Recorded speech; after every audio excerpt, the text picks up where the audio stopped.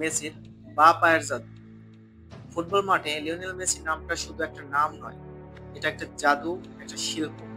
আর এই জাদুর মূল হাতিয়ার তার বা পা। ফুটবল বিশ্বে এমন অনেক কিংবদন্তি এসেছেন, কিন্তু মেসির মতো প্রভাব খুব কম খেলোয়াড়েরই দেখা গেছে।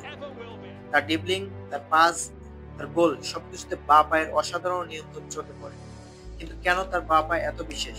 বিজ্ঞানীরা বলেন মেসির স্নায়ুতন্ত্রের গঠনগত পার্থক্য রয়েছে। তার মস্তিষ্কের ডান গোলার্ধে রাইট হেমিস্ফিয়ার, যা শরীরের বাঁ দিক নিয়ন্ত্রণ করে, সেটি তুলনামূলক বেশি উন্নত। এর ফলে তার প্রতিক্রিয়ার সময় রিঅ্যাকশন টাইম এবং জটিল মুভমেন্ট করার ক্ষমতা অনেক বেশি।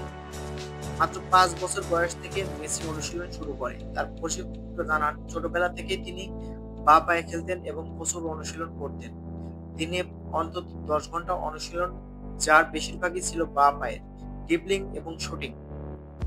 মেসি যখন ড্রিবলিং করেন তখন তার শরীরের গ্র্যাভিটি বাঁ পায়ের দিকে থাকে। এতে তিনি খুব দ্রুত দিক পরিবর্তন করতে পারেন এবং প্রতিপক্ষকে বিভ্রান্ত করতে পারেন।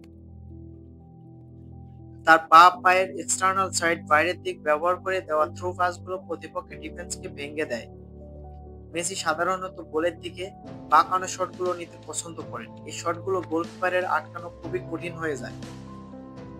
মেসির বাঁ পা শুধু একটা পা নয়, এটা একটা শিল্পের তুলি।